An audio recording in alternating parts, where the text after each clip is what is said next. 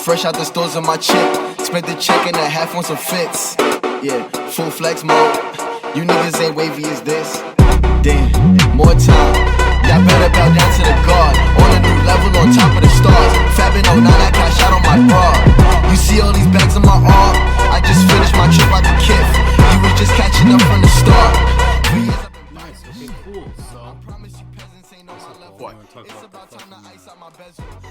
Nazi groups were recording. Well, I'm guessing we are recording. yeah. That's the recording voice. Yeah, I wanna, cause we got our show Friday. If you're, I mean, that's not something comes up or whatever, but that's Citizen Kane Day. But I didn't want to wait. Cause I thought what was gonna happen was we were gonna record. I thought this week you'd have to skip, not last week. Oh, I see what you're saying. So, yeah. but yeah, no. So last week there was a story that came out about Nazi group chats, which we'll get into. You said you're available for an hour, so I mean, if you want, we could use that because there's a lot of. Maybe there's always football news, but I've been especially tuned in this weekend. There's a few stories. One is the Giants totally collapsing. Yeah. And yeah, it's funny too, because the night before I was watching 28-3 again. Oh yeah, you watched that again? Yeah, I was flipping because I wanted to know, like, okay, what exactly happened? And there are two specific plays that do happen that do cause 28-3, which I guess we could get into because it is, from what I've been told by the sports people, a historic collapse yesterday. Oh yeah. So, and Dable's still on the job. Which is its own. I forget if we talked about it on the podcast before, but that is. I mean, I've tried to do my research into, like if there's ever been a coach that has the record that Dable had, which is he went from 9-8 to 6-11 to 3-14, who then still kept their job. I haven't been able to find any, at least in the 21st century. I guess I could Google around more, but that's pretty unique, I think. And I don't know. Well, we could talk about because I know. Huh? Yeah, go ahead. What? I was no, I got no. Yeah, you go. It's like my whole issue with that whole breakdown of that fucking game is like the Giants have a lot of issues that they need to address, right? And so I remember the sentiment at the beginning of the season was like, we need to fire the head coach, we need to fire the GM, the owner needs to change, etc., etc. And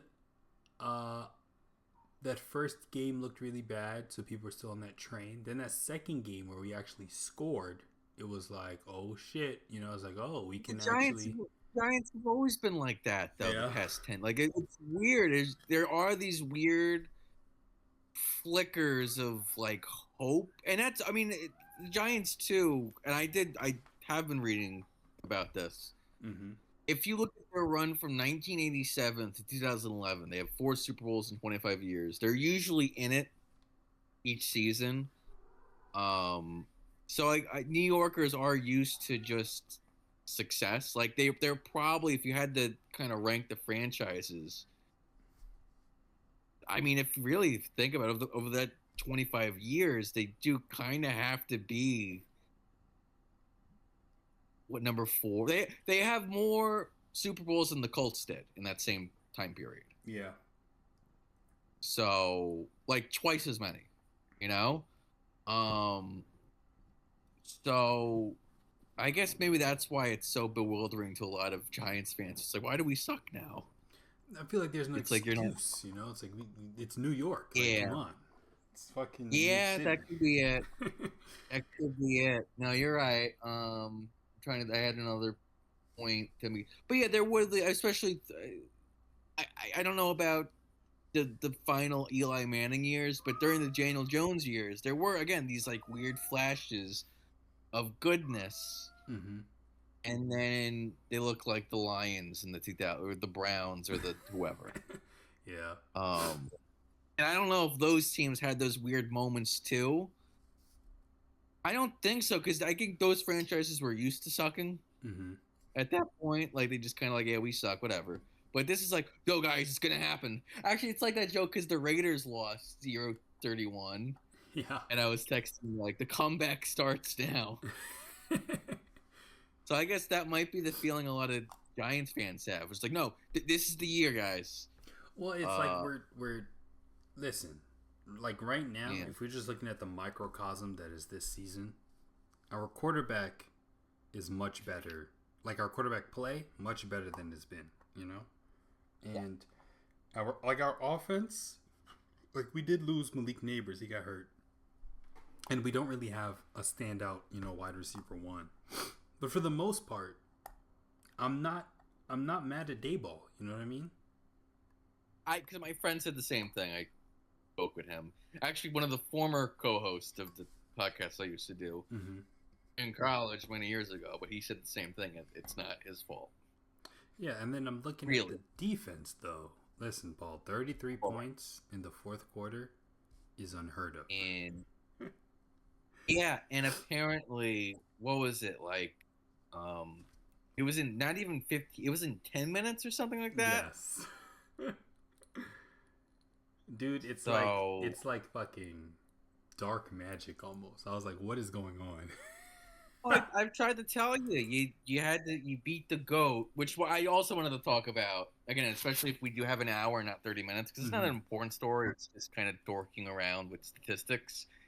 But in order to beat the GOAT twice, you had to make some kind of deal with the devil. Yeah. You just don't. You just don't. They're the only team to do it besides the Eagles. Yeah. So, I mean, I'm just saying, if the deal was like, all right, you get 2 Super Bowls, and then like it wasn't against like I'm trying to like Philip Rivers or something, you know? Yeah. Or it's like, well, we could handle him. It's like, no, it was against Tom Brady. Yeah. But we'll talk about. I do. We're gonna talk about that in a few. Mm-hmm. I think I do want to cover the politics because that's the most serious thing. Mm-hmm. Plus, also Bill Belichick is. I don't know if you've been reading that, but it's very funny what's going on. And yeah, a little bit. Yeah. So Nazi. All right. So what do you know of the story that I'm about to tell you? I know that it was the young Republicans, like members of the Young Republicans. Yeah. And there might have been and they're some. not college students. They were like there are. What happened? Go ahead. No, they're our age. So because that is some clarification that is. To be fair, the vice president was like, "Oh, these are just a bunch of dumb kids." It's like, well, they are 30, yeah. you know. And then there might have been maybe a senator in there, or like a state senator. Yeah, state senator. And then like that's I mean the personnel is not like I'm not so concerned with the personnel as much as other people are. And okay, I do know that they have this group chat, and there's a bunch of fucking like edgy jokes. I love Hitler. And again, edgy jokes. They're not because it, and it's wild. It took a few days because I mean this story. It's one of those stories where the story about the story is more interesting than the story because the reality is it is just a bunch of edgy jokes. But for the first 2 days, it was being treated. I've seen more from the. Again, that's what we'll get into. Because there have been, and there still is, and it's never been more clear. There is 2 parts of the Republican Party right now.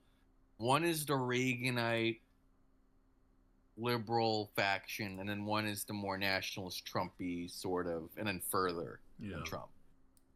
And so and then the Reagan-y sort of principled conservatives were like, this is it. This is the worst. It was wild to see on Twitter. It was really like, yeah. Well, I think the only part about this whole story that I think is worth any weight is like, Yeah.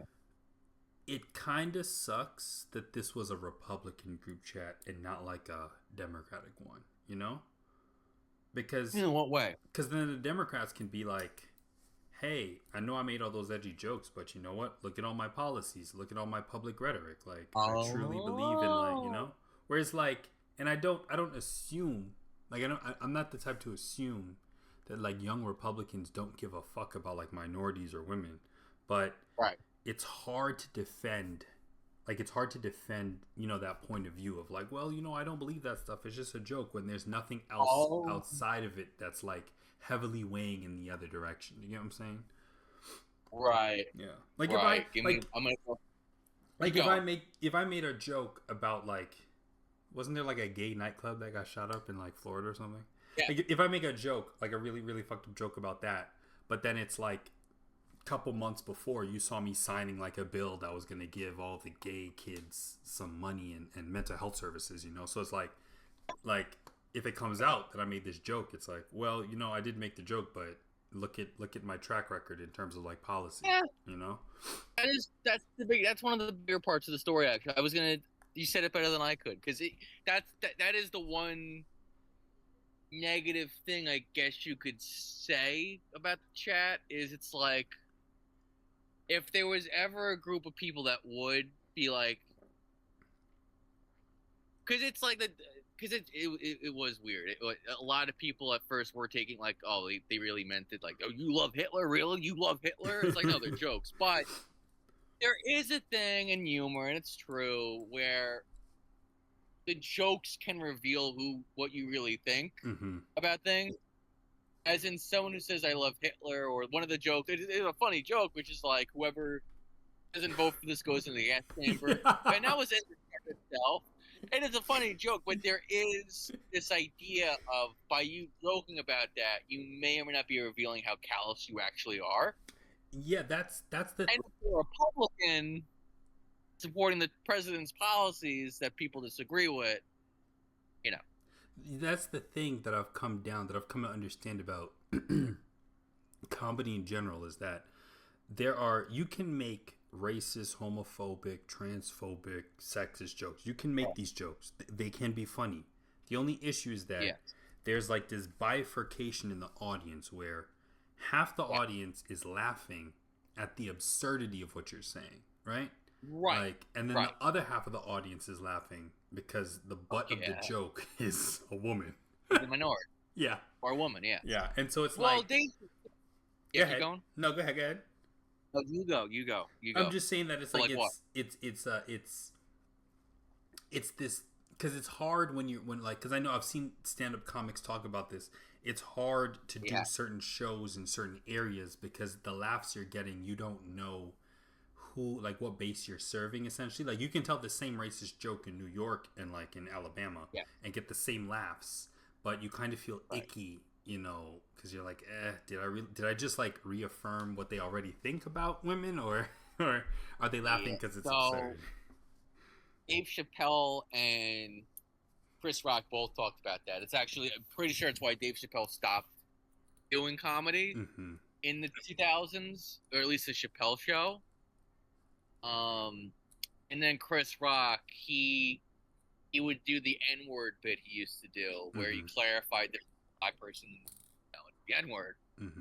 And he stopped doing it because he kind of felt like, wait a sec, the people laughing at this joke, a lot of them are like actual racists.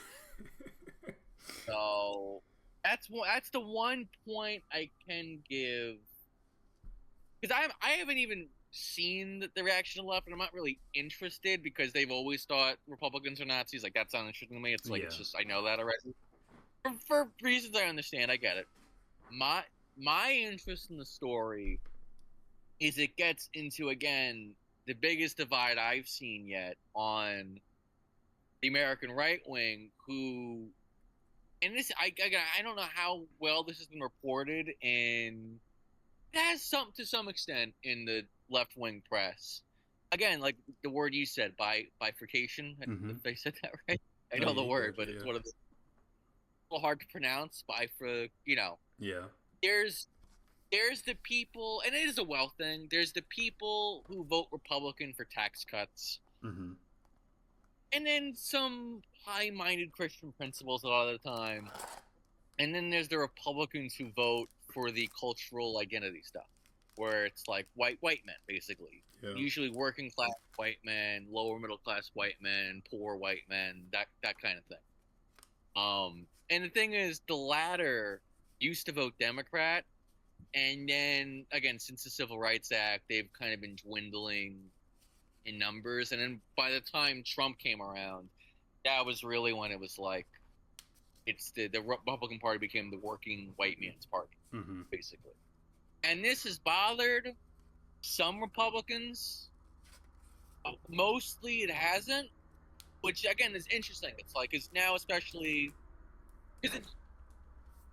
We talked about this way back in the first episode, which is Trump didn't have a mandate in 2016. He does now. Mm-hmm.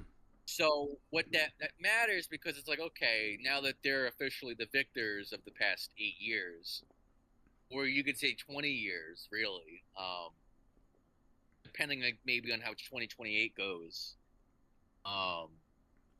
It's like, okay, well, what now? Like, because now there's two different visions. One vision is, and there's stuff in the middle too, which is interesting. But one vision is like, all right, now we're gonna really cut taxes and we're gonna get this economy activated, and we're gonna go back on top of the world, and we're gonna really restore American values. And then the other half is like, all right, time to deport 100 million people. Yeah. Well, it's like Yeah. like this. I think what this story about these young Republicans, and I don't think at least I don't think most of the guys involved in this are actually Nazis. I think they I would just say enjoy. none of them are. Yeah, like The most you could accuse them of is, again, it's like you might be a little callous to in your politics, as in you might be someone who, I mean, this is it. I mean, it was I almost feel like I'm kissing and telling, but I was on another podcast who I do like. It's one of those like MAGA Republican podcasts, mm-hmm. and the guy, the host of the show, he showed something with like the immigrant ICE raids, and he thought it was funny. And I was like, well, why is it funny? And he was like, well, because I'm an asshole. And it's like, well, I mean, I don't know, brother. I mean, my view is like they could be necessary. Mm-hmm. But I don't know about enjoying, like, the idea of, even if it's just a dude, like just a Home Depot guy. Yeah. And he's from Mexico, and it's like, I don't know if it's funny though. I mean, it's just, I don't know. I mean, and that's what I could probably accuse the young Republicans, but I don't think any of them are actual, like, because you would have seen it. It's like they do. Those people, they don't really. I mean, it's a private group chat. They would have, like, trust me, if they had actual race, you would see it. Yeah. It wouldn't. That would be the story. It's like, oh, here are people actually saying, like, look at these animals. They got jokes about like Liberia, probably. The lingo, Mm-hmm. but that isn't. So yeah, I agree with you that I'm glad. And I wanted to see where your head was at on that. That's one big. It's like they're not fucking nuts. Like I think that it's there's this realm where there's like the whole Republican Party can be split, I think, very easily into like 3 camps, right? Yeah. And the 3 camps are going to be like there are your Christians that were going to vote Republican no matter what, right? And it's Which mainly I'm now into. It used to not be that way. It really did. Before, it's a slow transformation, but it happened from 1992 to 2012. mm-hmm. Is kind of when that happened. Because before it was a non-issue. It just wasn't really like Ted Kennedy in 1980 was just as much of a Christian as Ronald Reagan. And it's That it's like the Democrats, I guess, in order to gain more favor with their more secular yes, atheist exactly. parts, they stop saying shit like, "Oh, I'm a devout Catholic," or "I believe in God," or Yeah, like, and it's interesting because it's like they lose voters like me.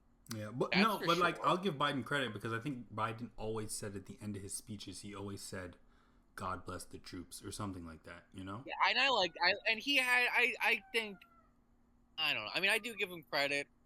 Yeah, he did. It's just my issue with Biden, and I usually do like Biden, but it's the Roe v. Wade thing. Because if there was ever a president who could speak to liberals about why conservatives thought that was a great thing, it was him, and he very much did not do that at all. And I get why.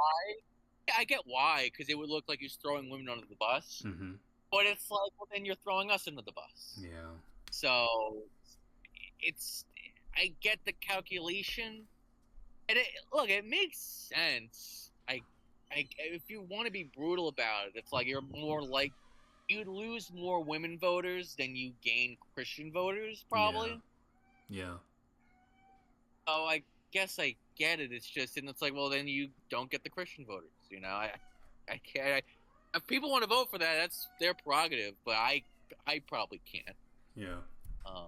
So there's the Christians. Who are the other two groups? Then there's like the MAGA, who are in. Yes, they're not Christian. Yeah, I call them MAGA because they're not necessarily Christian, and they're not. Whatever Trump does or whatever Trump says is like that's their new. Whatever Trump says, they believe it and they run with it. I have a friend like that. I mean, a young person. It's funny. They're usually the older crowd. Like they're the boomers. Mm-hmm. That's probably the boomers. Gen X is big with MAGA. And it makes sense because MAGA. Yeah, it makes sense where it's like, how do I put it? Like these people don't really go to church. They believe in God probably. I mean, they do, but they treat it like a necessity that of course you believe in God. Yeah. But their main thing is they're still right-wing liberals, but they're very harsh about it. Mm-hmm. As in they're the ones who are like, yeah, fuck you, hey, you fucking bootstraps, you got to follow law and order. Like Nixon did very well with this. That was Nixon's base. Yeah. It's the idea of like you are the silent majority that just wants to go to work, go home, take care of your family, and get the government off your back. Mm-hmm. That's the Nixon-Reagan kind of coalition that I'd say probably Clinton kind of kept. Mm-hmm. And then Bush really, he emphasized more like safety and 9/11 and the war. Yeah. Saddam. MAGA. Yeah, MAGA. Any other thoughts on MAGA? No, I just think they're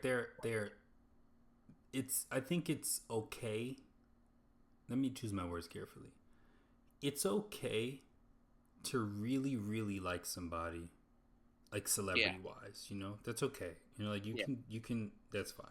It's just, the issue is that there's this intersection of Trump is super popular and then like policy, right? So it's like Trump will say grocery prices will be lower, and then grocery prices aren't lower, and then they're like, wait, listen, give him 3 months, and it's like, okay, you give him 3 months, and then they're like, those guys, and then they're like, it doesn't matter as long as we're fucking as long as we give the middle finger to China, and you know what I mean? It's like they just go with it.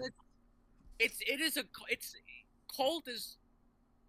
is a cult in the way you can joke about it, like, oh, it's a cult. It's not a cult in like a literal, like they're making sacrifice. Though that is a sacrifice, weirdly enough. There is an element of like, if the prices go up, it's still, so that is kind of interesting. I had the friend I mentioned. He's kind of a ding dong, unfortunately, but I don't know. You always kind of have one of those lying around as your friend group, which is fine. But he would. Just being honest, but he was like, when I asked about his political philosophy, he was like, Trump's achievements. That's a direct quote. And like his profile, his name on Twitter is MAGA Man. That's crazy. Oh, and it's like, and like you have these guys like their profile picture or cover photo will be Trump for some reason, Yeah. and it's I don't know, and there is something to that in terms like that's like the not even just the strong man. That's the same thing, but it's the um like the popular, like I guess the celebrity. That it is like a popular, like I'm gonna. Yeah, I guess it is kind of like a patron group. You know what I'm saying? It's like I Yeah. play to this crowd specifically. Um, who's the third group? The third group is it's a bunch of people, and it's just everyone that isn't large enough to be their own movement, but they all kind of fall in the right category. So it's like libertarians, unfortunately. Yeah. It's going to be your conspiracy theorists who are Oh yeah. severely anti-establishment. It's going to be some populists. It's going to be like there's all these little sort Nazis, but like not like classic Nazis, but like neo Nazis. Neo Nazis to very yeah. It depends on where they're. It depends on your flavor of white identitarian because there are different branches. Exactly. So, like, a lot of it comes down to really how much violence they endorse, Mm-hmm. and I haven't seen them like even the hardcore white identitarians that I see on Twitter.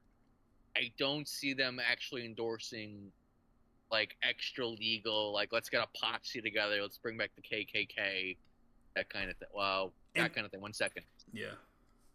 Yeah, 1 second.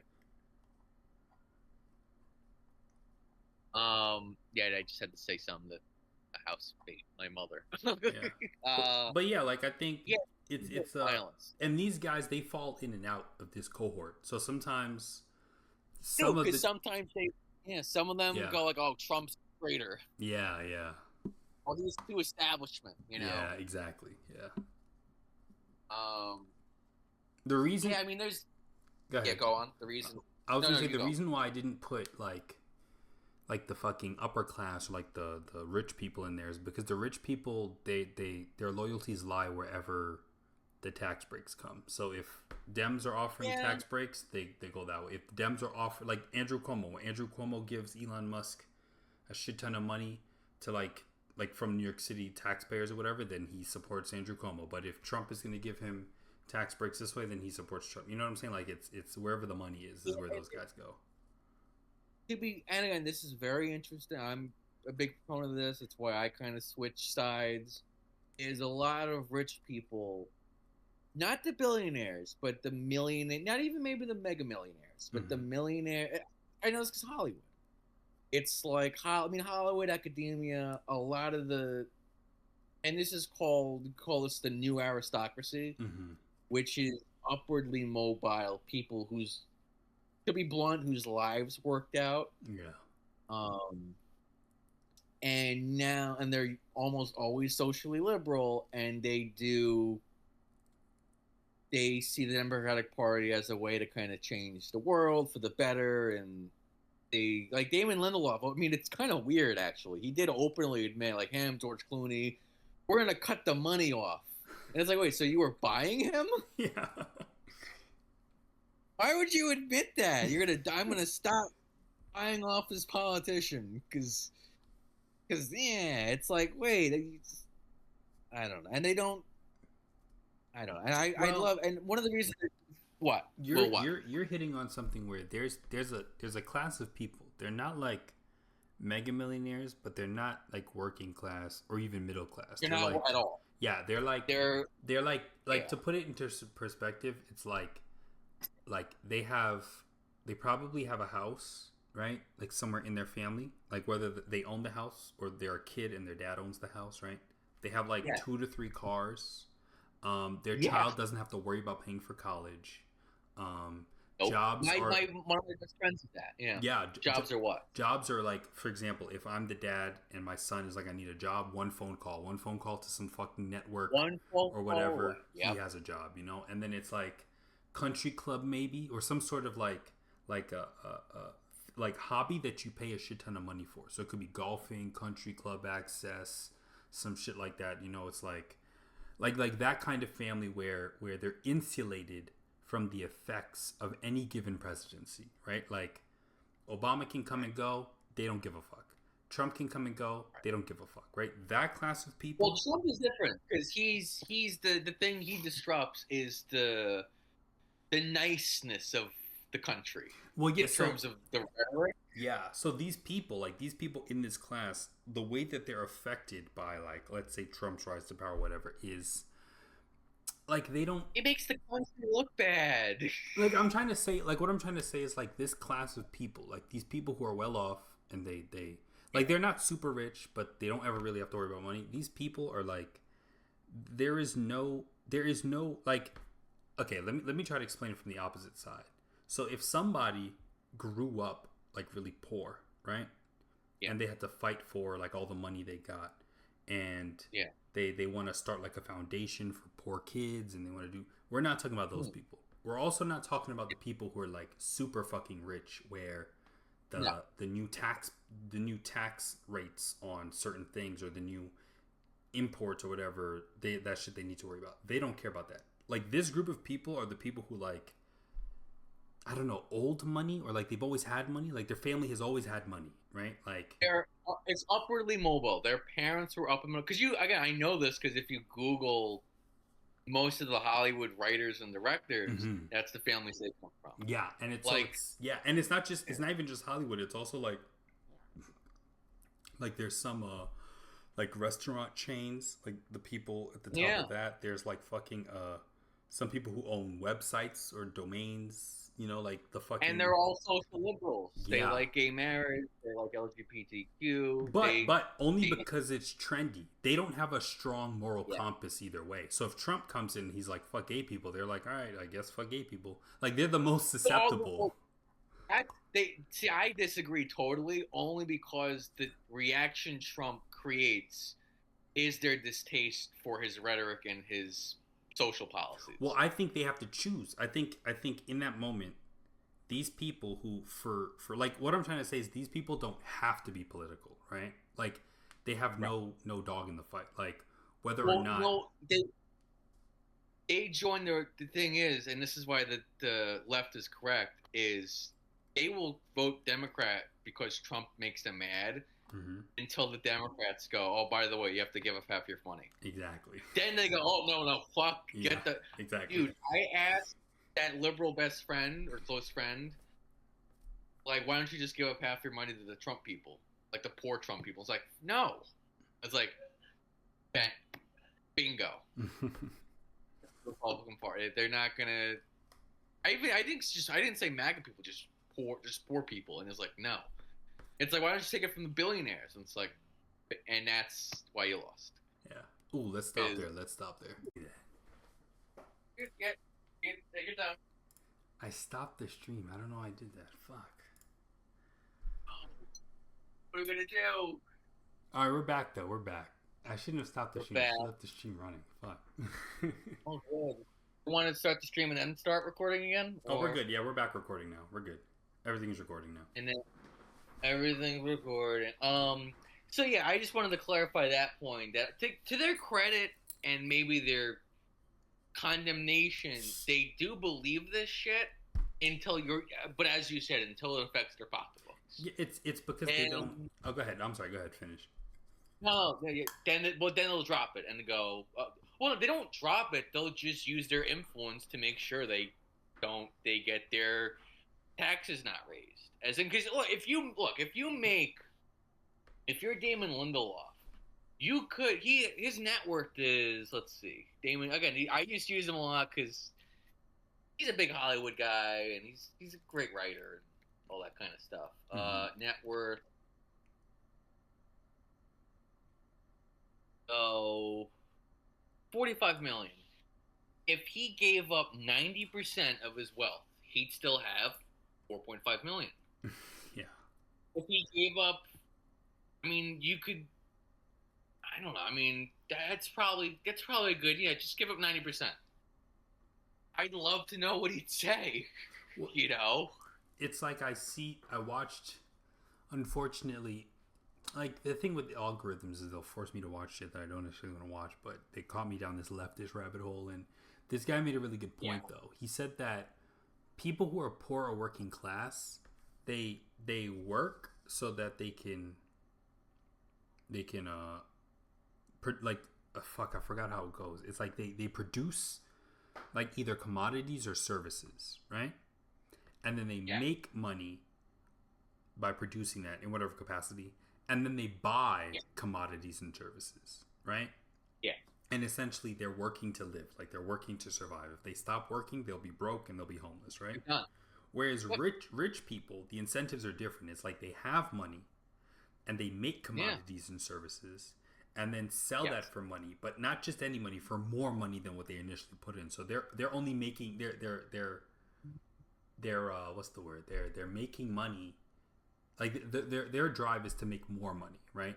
Not like, oh, they need to survive. It's like, oh, I have to make more money. And so like they risk having to become a regular worker like me and you versus we have. That's their risk. Yeah, that's exactly. their very sad risk. Is like, oh no, and it's fascinating because you do notice it. And this is, I've thought about doing, because there's enough material at this point for a movie about this. It's kind of fucked up because it'd be very mean. But again, I'm using my close liberal friend as the example. I was just gonna call it the liberal.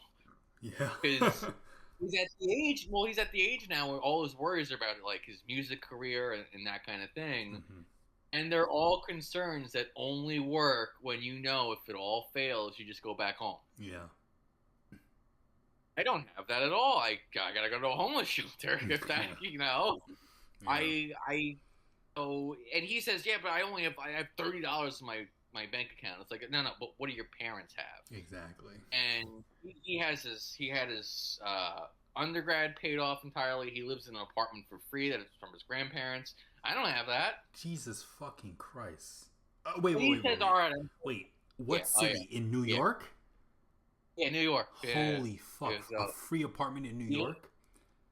Yeah. Totally free. That is just grandparents had. I'm like, all right, here you go. And it's like, okay, so how about this? How about? And it's so I kind of chided him out for 3 minutes because I was shocked. He said like, no, that quickly. Because it's like, okay, then don't. I hope it sucks too because the people who bear the. I'd love to deport these people, not the Mexicans. Yeah. You know, it's like you gotta fucking Mexico. Send them to the gas chambers, right? Send them to the gas chambers. And it's like, yeah, dude, and I don't know, man. I didn't know he would actually say that out loud because and that's the good thing about him is he loves Curb Your Enthusiasm and Larry David and Seinfeld. So he has that autistic nature of like, I'll just say the quiet part out loud, which is like, no, I'm not giving up my money. Mm-hmm. And it's like, well, that's the animating force of our politics is a lot of people see that and know that. And then they think it's really funny when you get mad at Trump. Because he's one of those guys, and this is another bit, which is like, he's one of those, again, liberals who if you mention Trump, he has to say, that fucking orange stupid criminal, and it's like why does he bother you that much? Like I guess Obama, the right would say that about Obama, like that fucking socialist commie piece of shit. But the thing is, a lot of broke white guys see that and go, yeah, fuck yeah, oh, you orange criminal, wow. They do enjoy that sadistic like. Displeasure these rich people feel when they see Trump. Mm-hmm. Like it's like the one time they can get back at these again rich liberals. Yeah.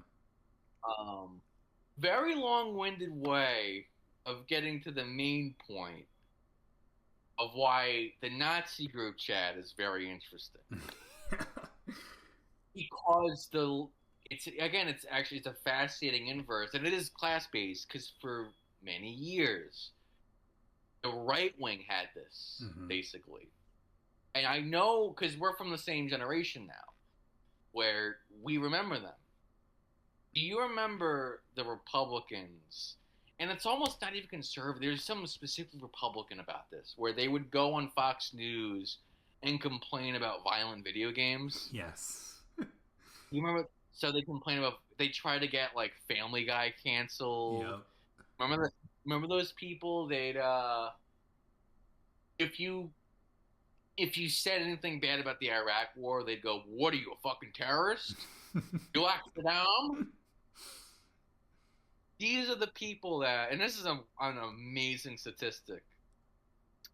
From 1992 to 2020, these people, when they ran the party, and because I would include, because by 2024 they finally receded from the party, which I think is why Trump won. But for 8 years, for 8 elections, they lost the popular vote 7 times. Yeah.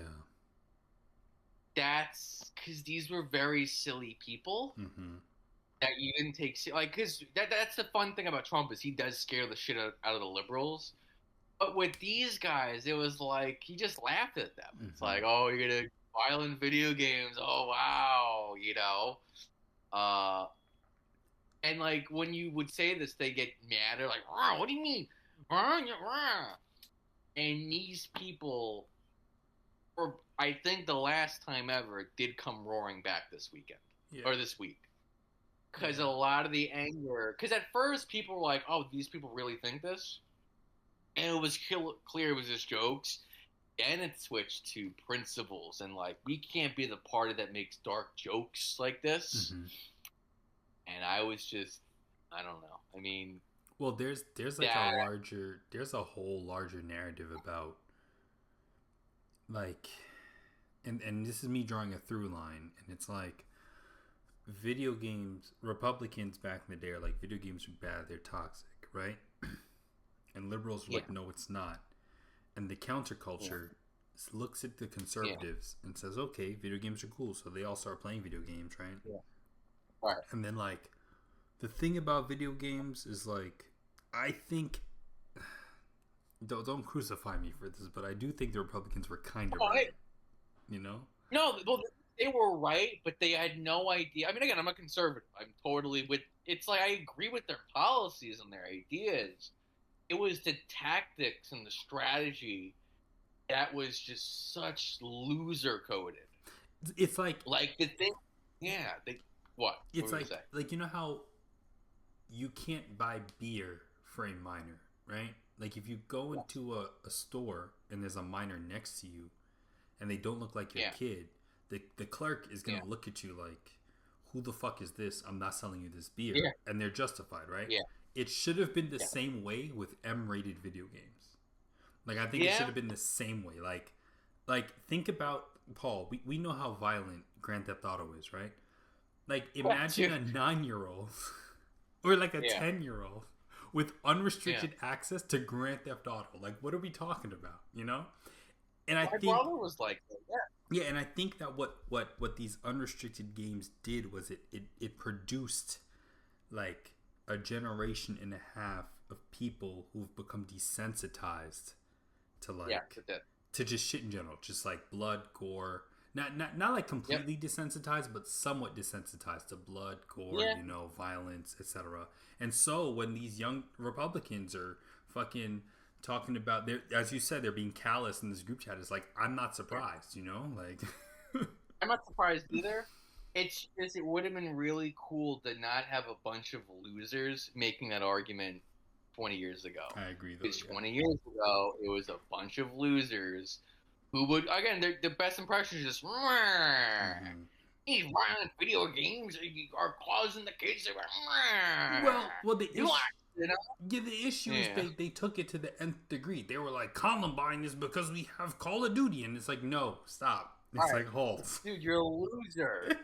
You're a loser. No one likes you. And it's not because of your politics. It's you. It's like your personality. It's a loser. No one wants to be around you. This happened because I did get into an argument with a friend on Twitter who is this to a T. And it's like, and he's just not him personally, but I mean, maybe, I don't know. Maybe it's like, like remember Footloose, Mm-hmm. or the villain character was the old church guy with a stick up his ass. Yeah. But it's these guys, and it's like they never. It's like they never. Trump. Hmm. Some of them, I don't know, because they usually do this like Trump too, but they do often go, "Don't worry, Trump's people are gonna get tired of Trump and Obama, and we're gonna come roaring back." And it's like, oh, like that's never happened. We're never doing that ever again. No, Like it's over. it's Reagan's over. over. He's never coming back. It's Ever. over. Ever. It's over. If you want the Constitution, I'll be honest with you, you're probably better off with the Democrats right now. Yeah. I guess like, but that's what's funny is Kamala Harris represents the liberals that I was talking about before, the rich liberals. Mm-hmm. They have more because again, it is a wealth thing. It is because this guy I was talking about, he lives on a farm in Michigan, Mm-hmm. and I don't know how well off he is, but he seems rather well offish. Mm-hmm. Like he's not worrying about how much he has in the house. Yeah. I do, right? Mm-hmm. So it's just and that part's interesting. It's like it's that same dynamic as it's funny because how wealth can make you not cool anymore. Weirdly enough. Yeah. Especially if you've been wealthy for too long, because now it's like again when Damon Lindelof goes, I believe in LGBTQ and I think what's it called? Like his whole aura, it comes off as very dorky now and very. You're able to make fun of it. Well, yeah, because sometimes I'm like sometimes I look at these people and I'm like, just shut the fuck up and go be rich. You know what I mean? Like yeah, right. It's like you don't give a fuck. Like you don't really care. Like you're just doing this for brownie points on the internet. Like go shut up and go fucking buy another company and lay off 10,000 more employees. You know what I'm saying? Like right, or go make another TV show that increasingly less and less people are watching, except you're in crowd. Yeah, it's like because if you really gave a fuck, like if you actually gave a fuck about changing the material of like individual people's lives, you would just pay all of your employees more. But you don't give a fuck, so you just want to go post like a black square on Instagram and be like, "I stand with the black people." Like, okay, bro, go ahead. Right, you get at it, and it's fun. You know what? Because that's how a lot of the base of the Republican Party felt too about the people who ran the party. There was that same element of like, you don't give a fuck about this either. Yeah. Like you go on Fox News, you complain about this, but you don't ever fight for anything. Mm-hmm. You just complain and whine and. I don't know. It just was very. All right. I mean, that's kind of the story. I mean, I'm trying to think if there's anything we didn't cover with this. I mean, that's why these young Republicans, whether or not I doubt they actually believe this, but if the government was slightly more fascistic, right? So not like full blown Hitler, but I think they wouldn't complain, and it's because at least in a more fascist state. They matter. Like they matter. Their dedication to like the country and the nation being number one, and their value as like a young man in the nation that's like rewarding. Oh yeah, you know what I'm saying? Like, and that's true. Yeah, that's very true. And that's the interesting, and that became the criticism a little bit more as well, which is good. And that's its own interesting discussion. And that's.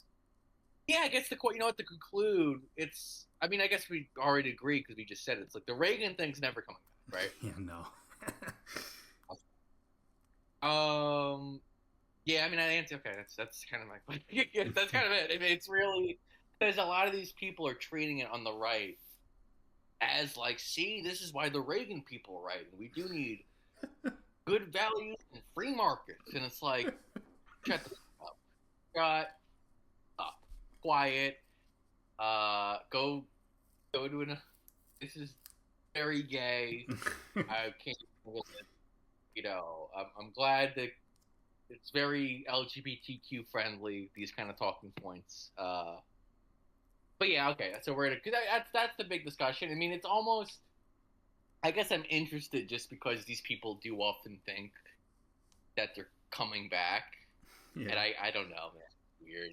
It's I don't know. Well, it's like the and I'm not saying we have a educated political like electorate. What I am saying is that like we have access to so much information that people can look at your fucking donors and just be like, oh yeah, never mind, this guy's a fucking neocon, fuck him, you know, like.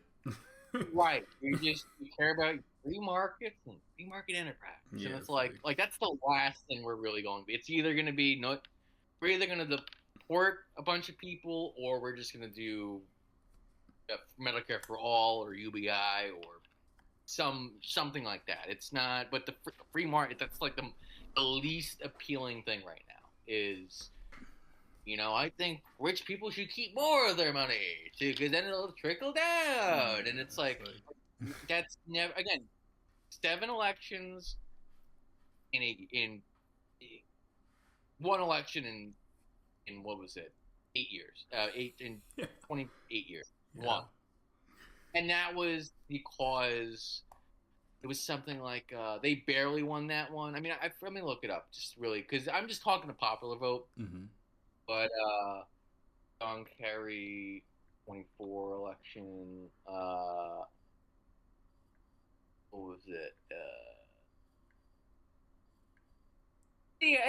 So Bush won by 3 million votes. Okay, but that was, I mean, it's fun. I mentioned this before one of the other shows, but it makes sense to have that continuity during a war. Mm-hmm. Even if you don't agree with it fully, there's just some about like not rocking the boat, Yeah.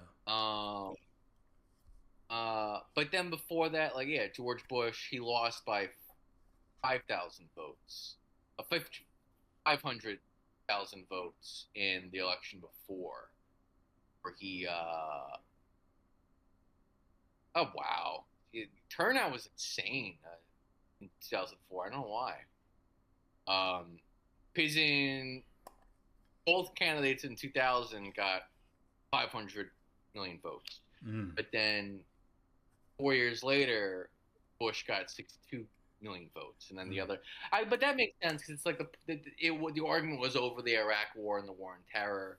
I can imagine, especially 3 years after 9/11, the last thing people wanted to do, a lot of the country, was go, let's pull back from the world. I can imagine that being a pretty simple calculation for a lot of people.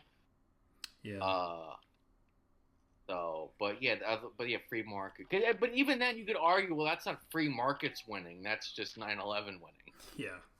Like, no one's going like, I don't get it, man. It's just it's deeply funny. It's like, I mean, it's the fucking, or their money. Like we're seeing the unaffordability of shit, Yeah. And so it's like once people see that, it's like fuck the free market, right?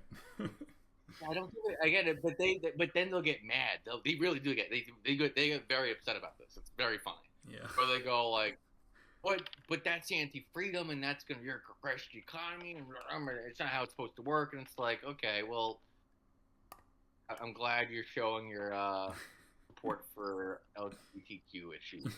And then they'll get mad at that too. They'll go, rah, rah. And that's why they're losers. It is like that. I don't know. And that gets into like bullying, kind of, where it's like, why is there some primal sadistic pleasure in bullying someone like that? Yeah. Well, I mean, it's like it's because unfortunately, this is where we live in. It's like it all comes down to money. Like it's just like, think about the like Don Lemon. Don Lemon is an openly gay man, but he made a shit ton of money on CNN, so he's not really complaining. I mean, he'll go do those little interviews and shit, but like his quality of life as a gay man is so much better than a gay man who's like broke and homeless. You know what I'm saying? Yeah, and that's where that kind of, again, the working class will vote on economic interests. And again, for Trump, it's tough because it's interesting. Like if you care about economics and just left-wing economics, Harris probably was the better vote. It's interesting because my argument would be, well, Harris it's tempting because I'm even over the summer. I was like, "Is that Thanos meme where it's like, have I treated you too harshly?" So I'm like, "Oh man, I mean, you know."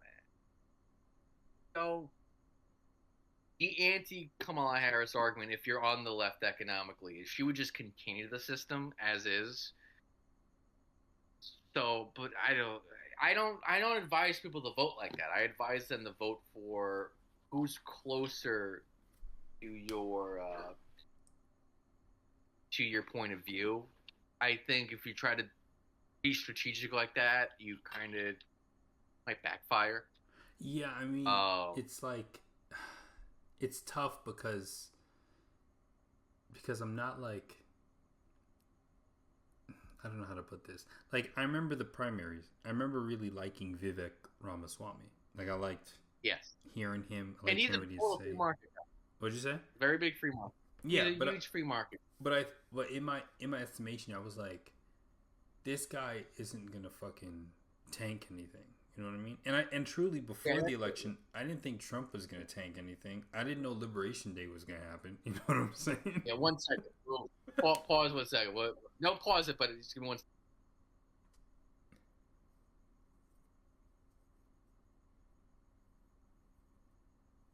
Yeah, what happened with Liberation Day? I'm just saying I didn't think Trump was gonna go as far as he did with the tariffs. You know? Oh, I totally know. Yeah, I was what made you think what surprised you about it? because I thought that there would be a more planned execution of his vision. And then when he showed that little stupid ass chart and then the stock market dropped overnight, I was like, damn, Yeah. he really didn't know what the fuck. like he didn't like Yeah. like I remember Go on. I Yeah. remember seeing boomers online complaining about their 401k dropping by thousands of dollars. That's what I voted for. That is what I'm. Yep. And they were crying. They were. I don't know, man. Maybe I guess you got to give up that summer home you go to. I mean, that's, damn, dude. That's an L. Yeah, maybe so. Oh, I dude, guess you can't go to. kind of related. The thing that pisses me off about like boomers and even some Gen Xers is that they bought these big ass 3-bedroom homes, right? Yeah, my father did. Yes, my father has a big. Yeah, it's 3 bedroom. But they only use 1 bedroom. Yeah, no, my father has, and he's selling the house now. I mean, because he's divorced. Because of course, again, it's just a total upper middle class dystopia. Yeah. Or middle class dystopia. But it's what is it? It's there's a basement, 2 bathrooms, 4 bedrooms. And the living room, there's 2 living rooms. See, what the fuck is this gluttony? This is like, what the fuck? It is gluttony. And there's a basement, and then in the basement there's another bedroom. Jesus Christ! And it's like, what do you? It is gluttony, but I mean, I get it. It's because he grew up working class, and he was in the Bill Clinton Reagan years where it was told your worth as a human and the whole point of life was to buy shit you don't use. I mean, it's the Fight Club thing. That actually weirdly became more relevant since 1999. Yeah. But yeah, that's the total. Yeah, that's right. It's gluttony. It's like, what do you? So what about the 3-bedroom thing? Well, it's like go live in a fucking townhome. Like you're old and you're retired and like you're living off Social Security and prior investments. You don't need to like occupy more space than you. Like, go ride the fucking bus. Sell your car. Go ride the bus. You know what I mean? Like, what the fuck you doing? I earn this. And it's like, okay, that's great, but if you're not gonna ever give anything to anyone ever, 2 things happen. One is you lose your soul and become an asshole, and 2, you risk pissing off everyone else, and then they come and fuck you up. Yeah. Bad. I mean, and we're kind of at point number 2 now, I think. Mm-hmm. I'm thinking about it like this, like, and this is just because I hate driving behind old people on the road. But if we had driver's license limits. So once you hit 75, you lose your ability to drive, right? You can't drive anymore. Oh, that'd be good. Then old people would be forced to ride the fucking bus, right? Or rely on your kids. Yeah, and live together. And that. But Yeah. think about it like if old people were forced, rich old people, if rich old people were forced to ride the bus, dude, public infrastructure and like would transform overnight. Like Yeah, they would because it has to. Because it's like yeah, right. The bus would have leather seats and it would be free. It would be free because like I want free. Holy shit, that's a great and it has been a talking point the past month or two. Is people have been pointing out on the right because that's where I occupy my space on Twitter. Is they're like, yeah, these boomers, and that's why to give their young Nazi Republicans their due, they know what's up with this issue. Yeah. They know exactly what's up with it. It's like, yeah, fuck these boomers, they ruined everything, and yeah, they've engineered the entire society around themselves. Yeah. So it's like, yeah, that's why and the people who disagree with that are all the people who are triggered by the Nazi chats. Yeah. And that's why I want more Nazi chats. I want to see I want to see swastikas at the RNC, and then I want 1488 jokes every day.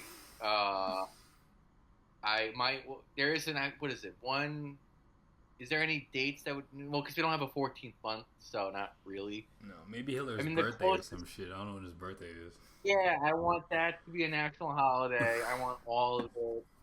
Because again, the people bothers most is rich people, and they need to wake the fuck up because they are creating the environment for this shit to exist. You know what I mean?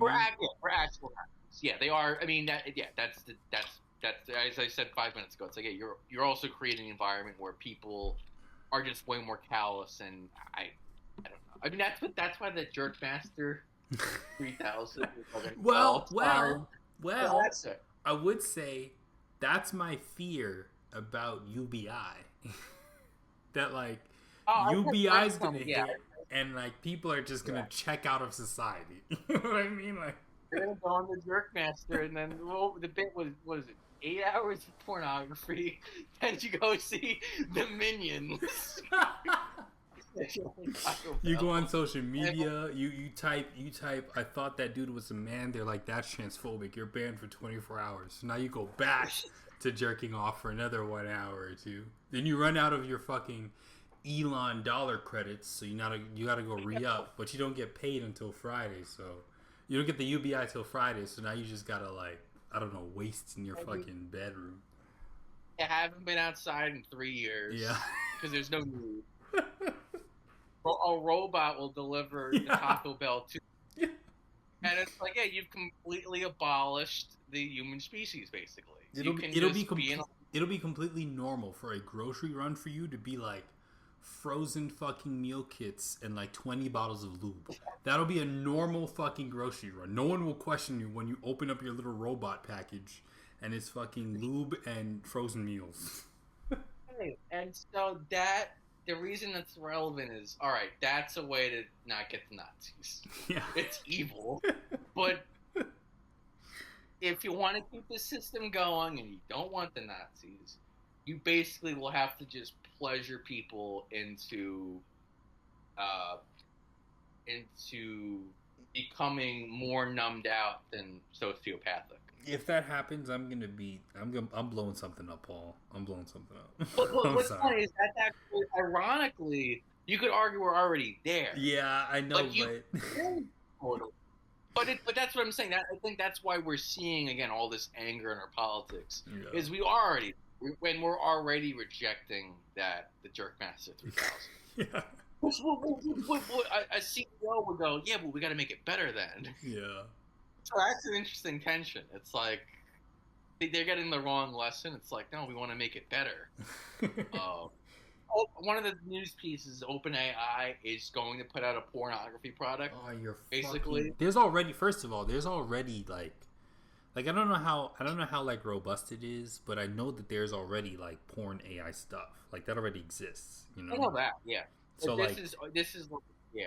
oh, this is so bad. Um, Oh my, it's gonna hit the but culture like but a brick, bro. Oh my god. and then they're gonna. I think again. I think you're right. I think more people.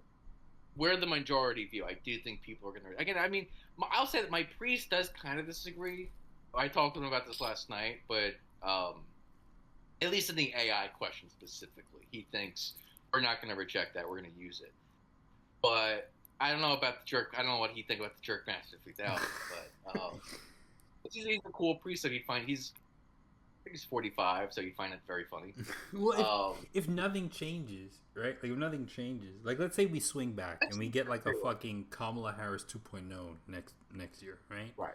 And it's still like it's still this fucking weird consolidation of shit. Like if you look at, I always like to use Amazon as a great example, right? Amazon started off selling books, right?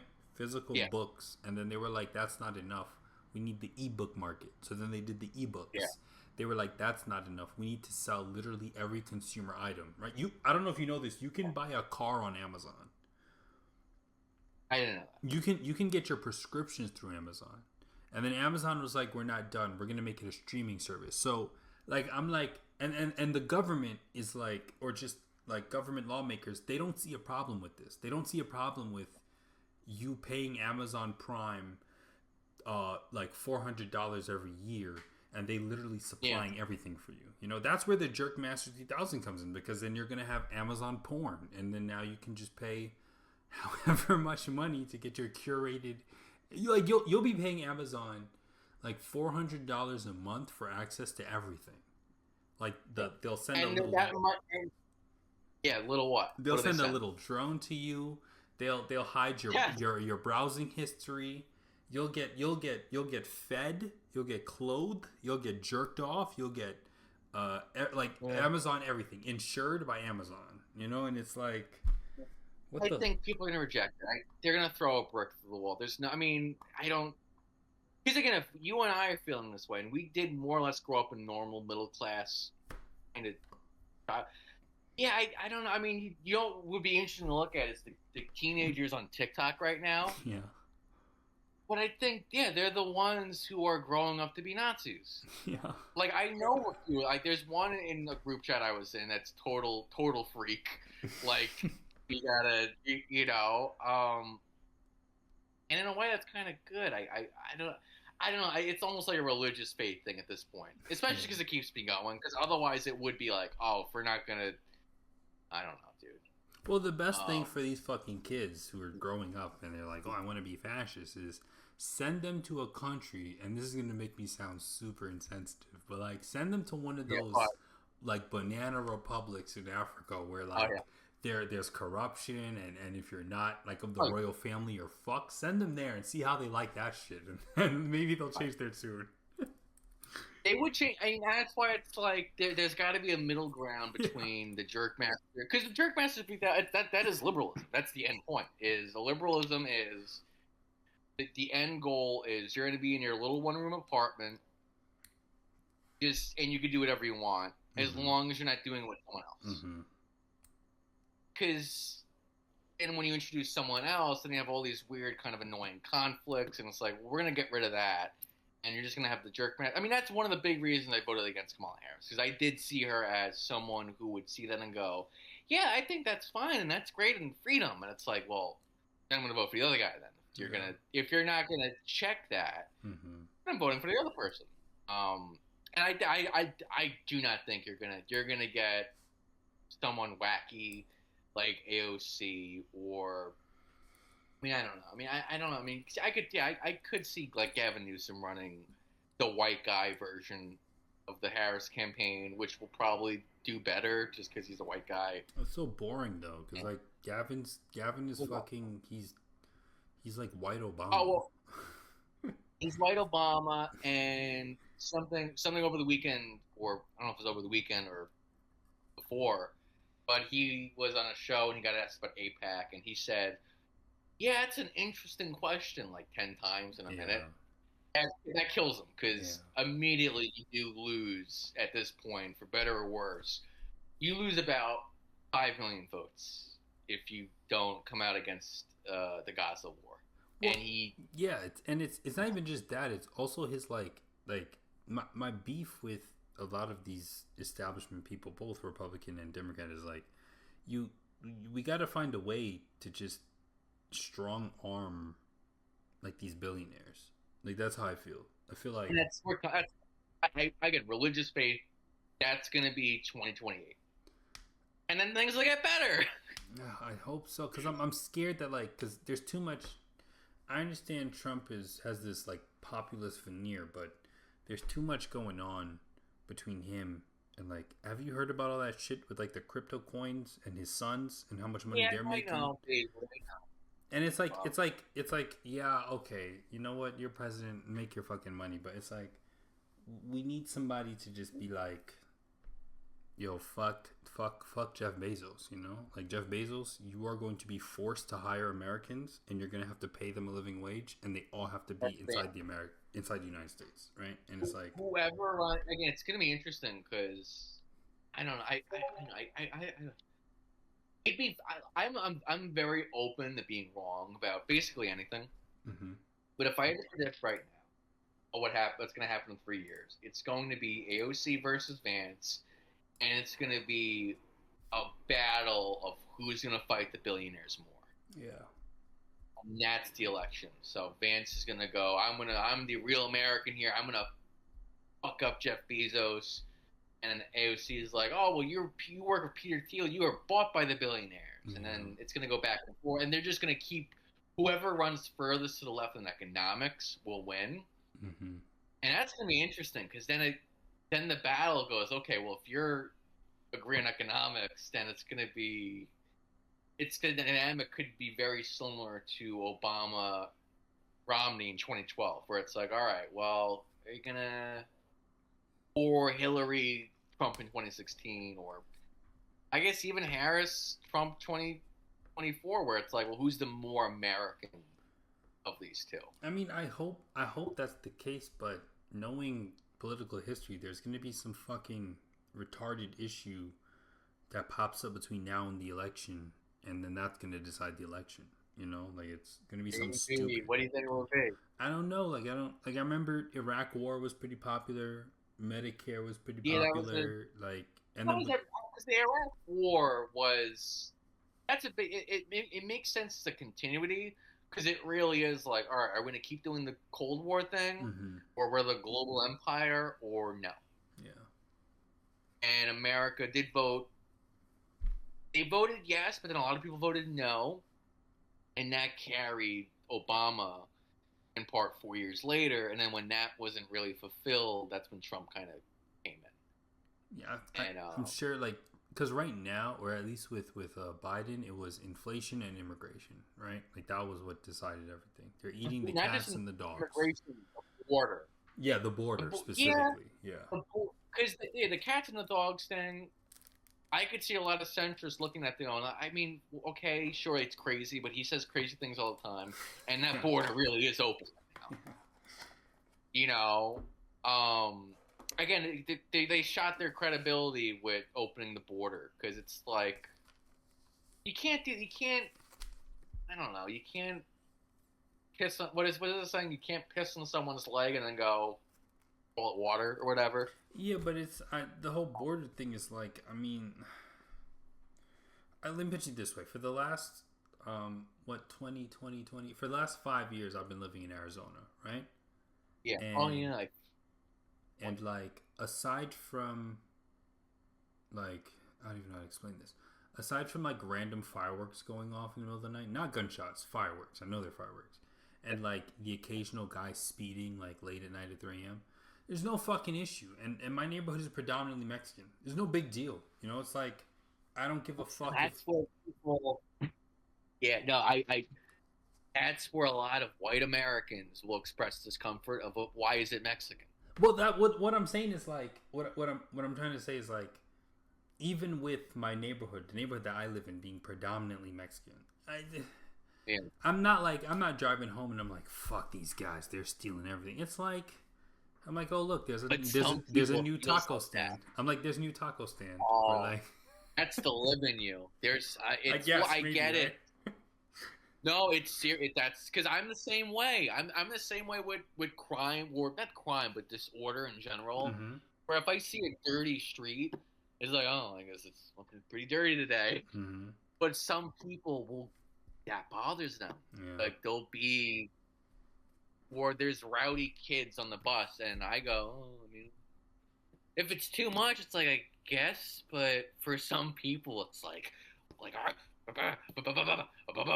Yeah. you know, and so yeah, there's these issues where, and that's personality, and that's upbringing, and there's again, I can, there is a real with immigration, even legal or illegal or non-criminal immigration, there is a sense of alienation when it's like I don't know any of my neighbors I can. because they're from fucking Yeah. Mexico. I can. You know what? You know what I can say, because I do live in, like, it's not a gated community, but it's like kind of off to the side. It's hard to describe. Like, we don't have a gate, but it's like kind of tucked away. And I do say that, like, Right. whenever my neighbors wave at me or like say hi, there is like Yeah. a good feeling that I have. It's like, oh wow, we're a community. You know what I mean? And without that, not all people, but a lot of people, they kind of go nuts with that Yeah. over years. And there's something, again, I think, and that's what, again, I go back to localism. It's like I think we're wired to, Yeah, I agree. where you know your neighbors your whole life. Mm-hmm. Like you still have John and Thomas down the street, and I mean these are real people. Yeah. But like Pete and Lori still live there, and then you have old man John, and he passed away a few years ago, but his kid lives there now, and they just had a kid. Versus like, I don't know. I think the neighbor in front of me, her name is Nicole. Yeah. I don't know. And a lot of them, because they're Mexicans or they're Asians, they're just not from here, and that's whatever. But and it's just so many issues. And again, and then the problem with the right too is though they're gonna. Again, it's that thing my friend said. It's like, because I'm an asshole. It's like, well, do you have to be though? Can't it just be like, all right, well, I like that. I like that Trump is sending the National Guard in to clean up the streets. Mm-hmm. I think that's a good idea. Why does it have to be? Yeah, look at these fucking liberals crying their eyes out that the National Guard is being sent in Chicago. You stupid liberals are fucked again. But I think there is an anger. But I don't know, that guy who was doing that, he is pretty well off. Yeah. That is and that's where it's like, well, then are you? I don't know. He's a good guy otherwise. It is. But then it's like, again, unless I mean, he's pretty well off, so it's like, does he really care? Because I figured if there's a Democratic candidate and they're gonna give he's not him well off. He's middle class. Well, yeah, like if there's a new candidate coming in, they're gonna give him a tax break. I feel like he switches his alliances very quickly. It's all money, man. He said he used to be a Democrat, and then 2016 happened. I mean, he was sucked into the culture war stuff. Yeah, well, and that makes his. Yeah, I mean, right. It's like, there again, but that's what I mean. It's like, I guess some people will extrapolate the neighborhood to their whole country, where it's like they see something on Fox News where the people are crossing the border, and they get incredibly fucking angry. Yeah. Whereas I don't. Yeah, I don't. Like, I mean, and the thing is like if you're in these communities, Paul, these Mexicans, they go to church religiously. I'm talking about. I do, yes. I see them in my church. Yeah, every night at like 6 p.m. Not just Sunday. Every night, bro. 6 p.m. That church is lit up. Oh, God bless them. That's what you're supposed to do. That's your community. Yeah, exactly. You're supposed to do that. Yep. And then on top of that, it's like, while let's put it this way. The white neighbors may not know the Mexican neighbors, but the Mexican neighbors know the other Mexican neighbors, and they know the other Mexican neighbors. Like. And that's and again, some people they get, if they're too unbalanced, they do feel cheated from that. Yeah. And if they don't have any, if they're not reading liberal stuff or left wing stuff, they get really in their head, and they'll see something like that, and they'll get hateful. Yeah. Like actual hateful, like not a liberal meme, like you hate, kindness, and it's like no, they really do. Yeah. They think the bad thing. They go like, we should fucking deport these people, and it's like, well, that's not healthy. And what's also funny is because I did do a little bit of volunteer work in a border town in Mexico. Oh wow. And Paul, oh my god, that town was so poor. Holy shit. Right. It was like Yeah. houses looked like ass. Some didn't even have doors. Some looked abandoned. Like, and then I look at my Mexican neighbors here, and I'm like, look at this beautiful fucking lawn. Look at this beautiful front door. And I'm like, listen. That's in Mexico or on the border. No, I'm saying. So there's this.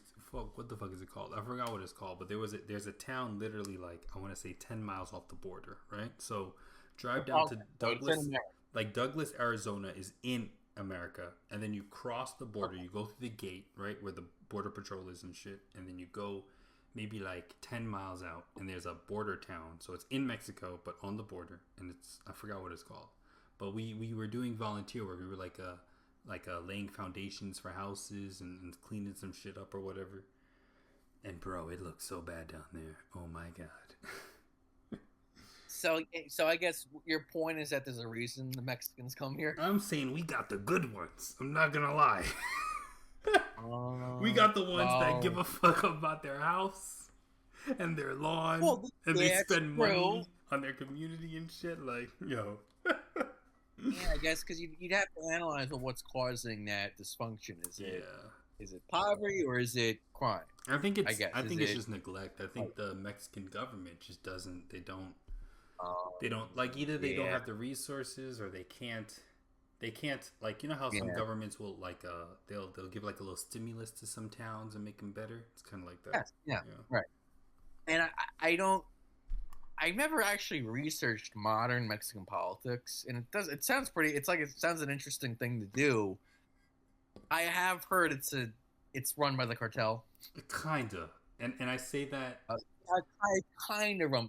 Yes, that's what I heard. It's kind of run by the cartel. Yeah, they have a lot of. It's so disturbing, like how much pull they have because they're in control of like avocado farms, water resources. Yeah, it's kind of weird, like some people would think, oh, it's the drugs. It's because of the drugs. They got all this money to the drugs. It's like, no, they own avocado farms and they fucking like control like the avocado market basically in all of this hemisphere. The mafia was it's more they weren't like hey kid, you want some crack? It's more like they ran the garbage companies. They ran the unions.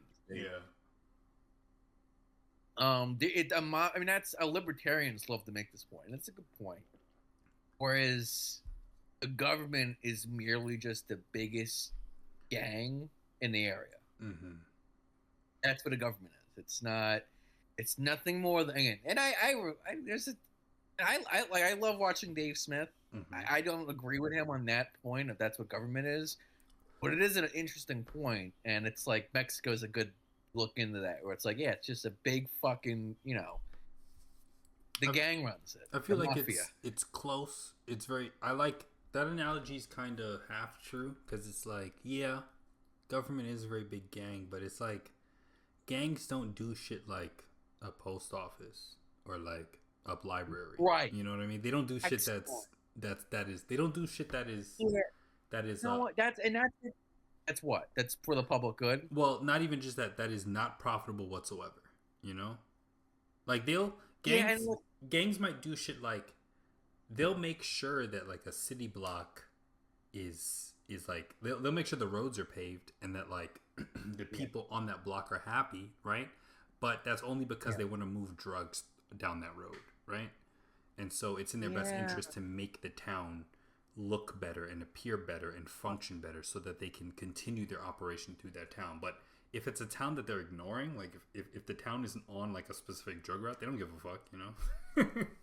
Whereas governments have to. Well, and that gets into the problem with libertarianism is it's too cynical in its distrust of collectives. Yeah. As in, just every time there's a collective, they're just immediately going to be suspicious, and that includes the government.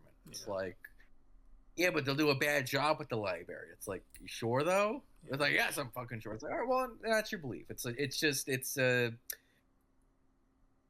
a belief that the public will always be better served by private interests no matter what. Mm-hmm. And I just don't think that lives up to experience primarily because of what you just said, where it's like, yeah, but what gang builds a library? Yeah. I mean, well, be I don't know. I would love to know what a libertarian would say to that, Yeah. like a hardcore libertarian. All right, that's nuts. All right, so that's again. That's the final point is that if they don't handle the billionaires, things are gonna get really weird. Yeah. So I think they're gonna handle the billionaires. They I have think they're gonna have to, and it's not gonna be the Jerkmaster 3000 because that's just one more fuck you from the billionaire class. It's like, no, we're not. But that's my hope, that we throw out the machine. Yeah, dude. If that happens, I swear to fucking God, you're gonna see me on the news, man. No, it's gonna be a lot of people. It's just gonna be, again, like I said, we already have all the pleasure we need. I guess if you're a homeless guy, you can just get an Obama phone and just jerk off all day. Well, think about this. Like, you know how these companies are adopting AI? If the dating apps like Tinder and Hinge are like, hey, if you don't want a real girl, how about you talk to this AI girl? That's when you know. Well, it's already happening. No, yeah, it's happening, but it's separate. Happening. It's separate. So it's like. Oh, you're right. If yeah. You can't do good. We'll give you the AI girl. Yeah, and that dude, when that happens, nah, it's gonna be a problem. It's because again, people they won't accept it.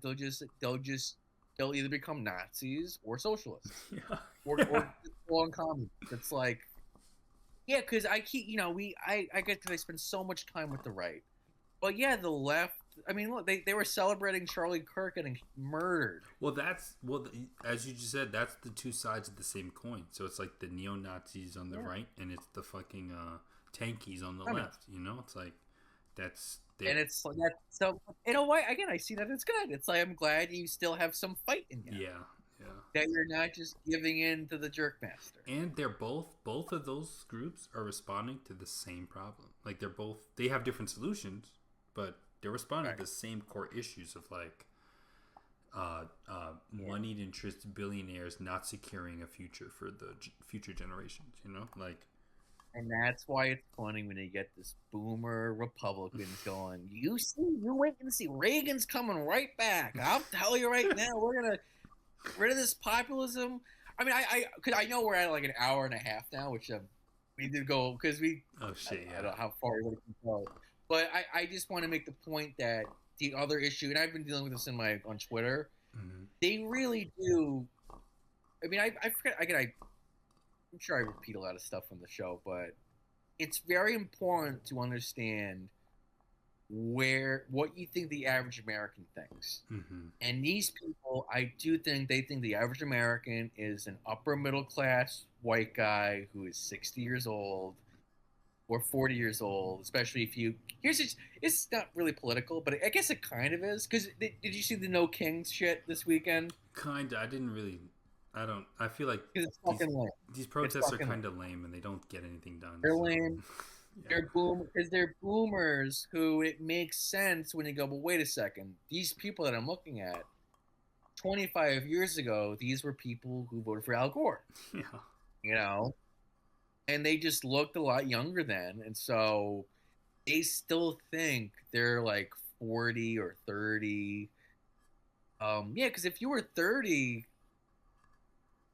well, yeah, they'd be 50. Yeah, that's 55. That's pretty old. That's kind of the age you're seeing at these protests. It's like you're seeing 55-year-olds who, yeah, it's interesting. The liberal Gen Xer is actually not talked about that much because they're the ones that are in our institutions right now, being all liberal.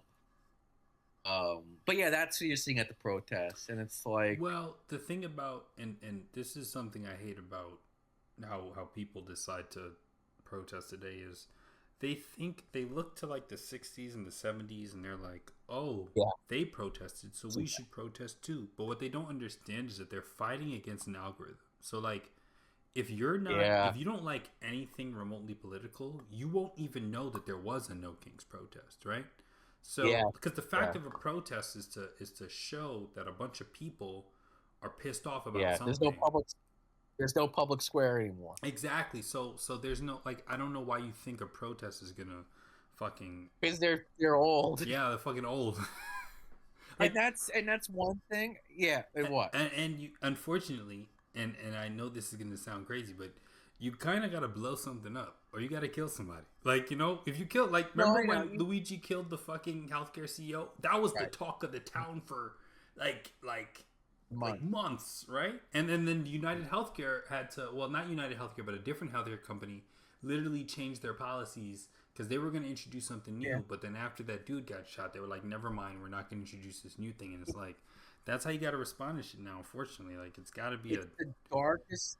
Yeah, it's a captivating idea. It's super dark. yeah. Something I've thought about in my own writing, which I'm trying to still get made if the AI will disappear. But no, it's because there is just, and that's what Luigi fucking wrote in his review of the Unabomber book. It's like, yeah, I guess sometimes violence is necessary, and that's its own interesting kind of. And I think there's a middle ground. I agree. You like I mean, that there's that book, How to Blow Up a Pipe Bomb or whatever, how to like that. That's interesting because if you can find a way to disrupt the system without hurting a human being, that is worth so much more than. Well, that's what I'm saying, dude. We got to pull up to the fucking AI data centers and piss on them. Well, I think we joked about that. Yeah, last week. I'm telling you, that's coming. It's gonna be. It's just gonna be weird, and it'll be interesting. Yeah, because again, I don't think people are gonna lie down and take it. I just don't. I don't even. It just doesn't compute. Maybe that's just me. Again, I could be totally wrong on that, but. And it's just my point with the No Kings thing is that's the left wing boomers, and then these weirdo Republicans. Their theory of mind is off. They're thinking the person they're thinking of is 75 now. Yeah. They're thinking, no, there's a lot of 35-year-olds with a wife and 3 kids and a white picket fence, and he's just working hard, and he's trying to look to pay for his family. It's like, no, dude, we don't really do the family thing anymore. The birth rate's very low. Yeah. We have pornography. We have the jerk master now. We don't need the family. Oh, they don't get. And I'll say this: I think they're a lot cringier than the No King stuff. Yeah, that I will say. Yeah, I think it's so much cringier to be a free market guy than someone in a No Kings protest going like, yeah, fuck Trump. It's like, yeah, you know, because at least those guys won elections over the past 30 years. You haven't won one since 1988. Like, it's because I keep seeing this fake meme. Well, I don't know if it's real or not, but the meme is like the average salary in the United States is like $60K or something. And then if you take out the top 1%, it drops to like $50K. And then if you take out the top 10%, it drops to like $30K. And it's like, it's like, okay, so like, who are these fucking middle class people you think that are still like the majority of the United States, right? Like, and that, well, I had to, even if I had to help myself not get mad at this fucking guy, but it's like one of the guys is a Mormon. First of all. Oh wait, hold on. Quick break before you do this story. Quick break. Oh, you're right, because we went way over, right? Oh shit! I didn't mean to stop stream. Hold on, we reconnect. So Mormon. You have to think of the life conditions of these people. Is Mormon guy like one's a Mormon guy? I mean that's everything because it's like this. Yeah, you are. If you're a Mormon, you're living life in America as it was before 1960. You just are. Same with the guy who lives on a farm. Another one of them lives in Michigan, and I think his parents are still together. It's like the people who weren't touched by the 1960s and beyond. Like, yeah, you're probably you just. I mean, you just had a touch. That's all. It's just you're not. It's funny because they'll say I'm too online. Oh, but it's like, I mean, if you're not online, you're getting such a tiny sliver. I guess I should bring that up. I never really thought about that before. But if you're not online, and the Americans you're dealing with are like, if you know 50 people, that's literally, I could calculate that right now. That's Actually, let's say, because I know America's 34. All right, so let's say this guy knows 34 people quite well. Maybe let's say 340 people. That is literally, what is that? That's 1 out of 1 million. I just did it. Let me see. What is it? Hold on. Now I got to redo the math because I do not believe this number. Hold on. So let's say 34 people divided by 330 And you know what? You know very well. Americans, right? The 30 Americans. No, 330 million Americans, right? Let's be generous.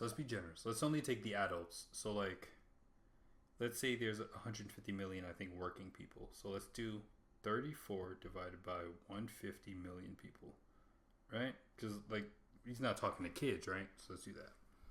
Right. All right, multiply that by 100. That's 0.00002%. So I don't. You're because he said because we got in the argument. It's like you're terminating online and it smells. It's like it's all right. It's a good insult, but it's like, but I don't. Again, you're on the wrong.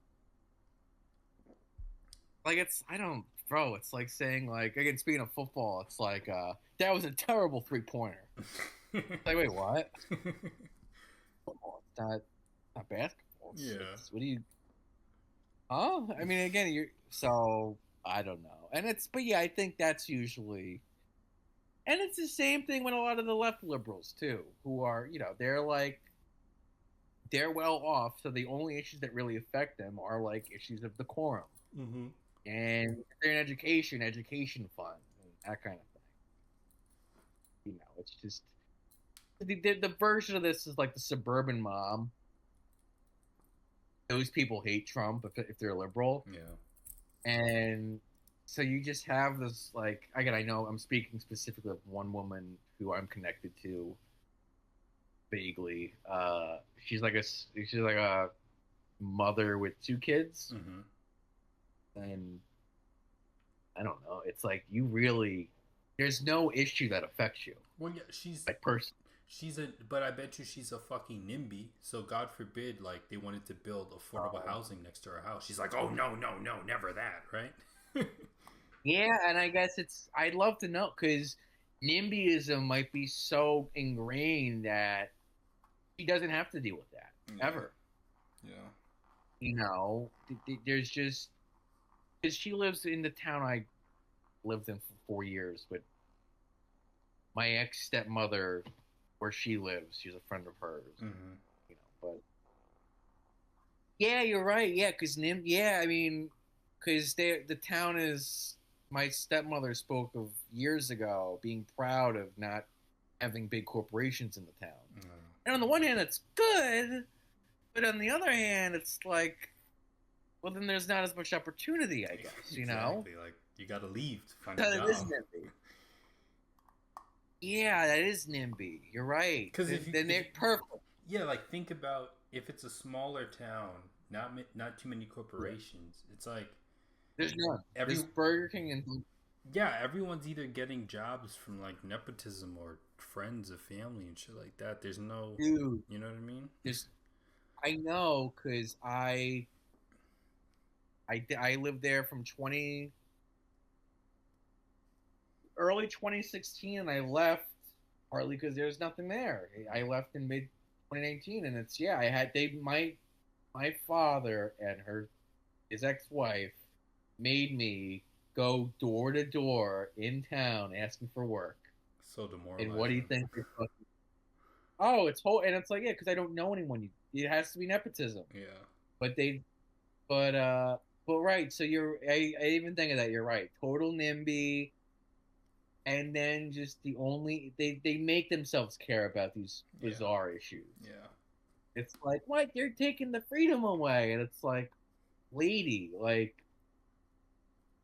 why don't? Because they care because they're atheists or they're agnostic or they're spiritual, which is kind of another form of agnosticism. It's almost worse. Jesus Christ. Yeah.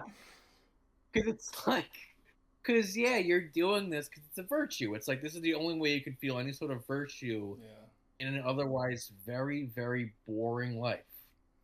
When it's like so you it's like don't like I respect the person who's just honest and they're like I don't give a fuck than the person who's like, oh, I care about gay and trans rights, and it's like, dude, you're not gay or trans. I'm pretty sure you don't give a fuck. You're a straight white woman. Yeah, like you. But that bothers them.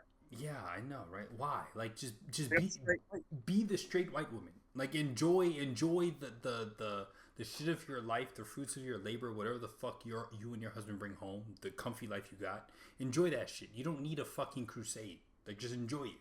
You know. But then how will I know I'm a good person? You're not. Or You're worse. Right. Well, and Christianity teaches that. That's a Christian lesson, which is like, you're not a good person. You need Jesus. You got to go to church. And that's your relationship. That is your virtue. That is you, as you battle out yourself and your own sin and defects and flaws, you gain virtue that way. Mm-hmm. Without that, yeah, you're stuck to like, your religion is just liberalism. Yeah, that shit pisses me That's off. It's because it's like yeah. You don't need to give a fuck. Like you don't need to give a fuck. Especially if you've got like you haven't come from that. Like if your family, if your dad has been well off and your dad's been well off and your dad's been well off, it's like you don't. What fucking proximity do you have to any issues, regardless? You know, like just enjoy your fucking comfy life. They feel guilty when they hear that, and when we've discredited religion so much, they can't go to that. So they're stuck with like, yeah, they're stuck with no options, and then that's why they'll pick up liberalism. Yeah, and then they'll engage in all this dumb shit like crystals and fucking. Oh my God, she does. I think she does do crystals. See how'd I know this shit? Yeah, it's the suburban white woman. It's either does crystals or what is it? That's the horoscope shit. Astrology. Yeah, astrology. Oh my God, yeah, you're right. There you know. Okay, great. That's a spiritual that stuff. That shit pisses me off because it's like just go join a church, man. Like, what are you doing at this point, right? Like.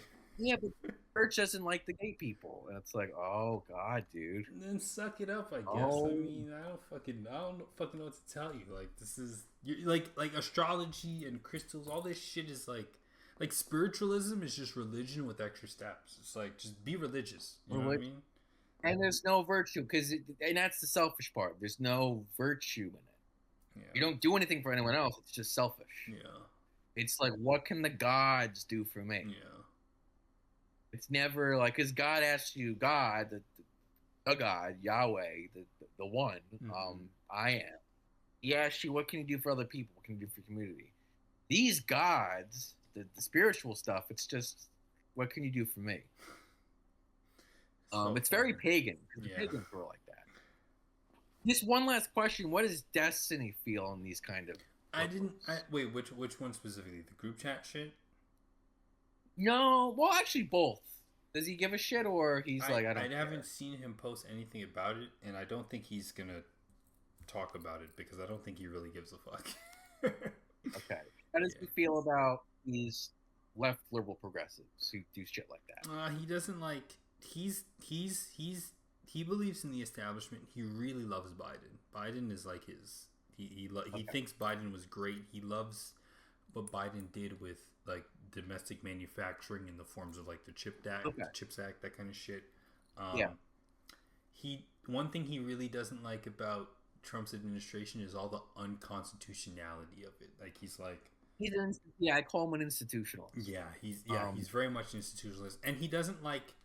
I probably told you this before, but he hates all the fucking language policing and you hurt my feelings. Yes, that's not gonna work. Yeah, he hates that shit about the left. But that's not gonna. The left liberal lady's not gonna work on him. No, and that's I respect that though. That's because he rejects the violent video games. Yeah. And Benny also rejects like the in this house we believe kindness is everything and all that kind of shit. So that's interesting. Yeah, it's very interesting. And I get his viewpoint because I could see him. What's funny is that again. That's why it's again just non-politically. my right liberal friends are losers because it's like, dude, just go to Destiny. Like that's your guy. Yeah. Like Joe Biden's your guy. That's the guy who will conserve these institutions you respect.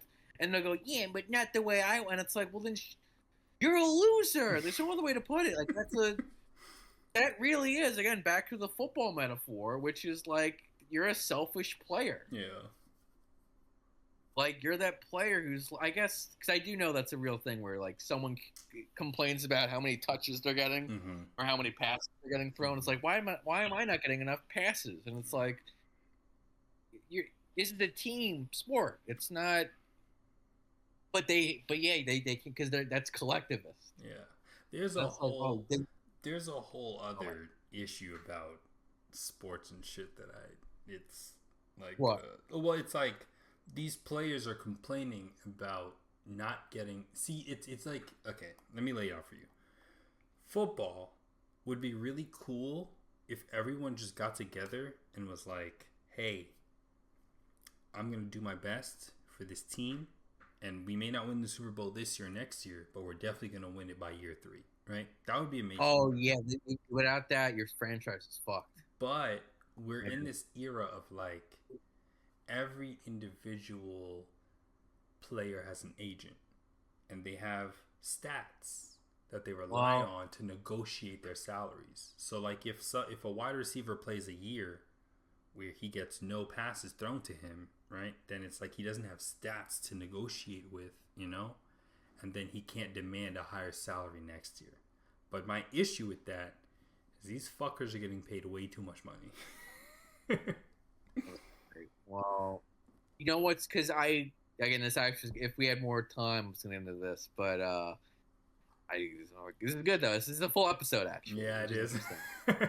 Which is fun, but I was going to get into why Bill Belichick and Andy Reid, between them, they have 9 Super Bowl wins, and they have like 16 appearances. Damn. I wonder if because they didn't play that game of like what you just described. I mean, that has to be it, right? I would think so, but they also played.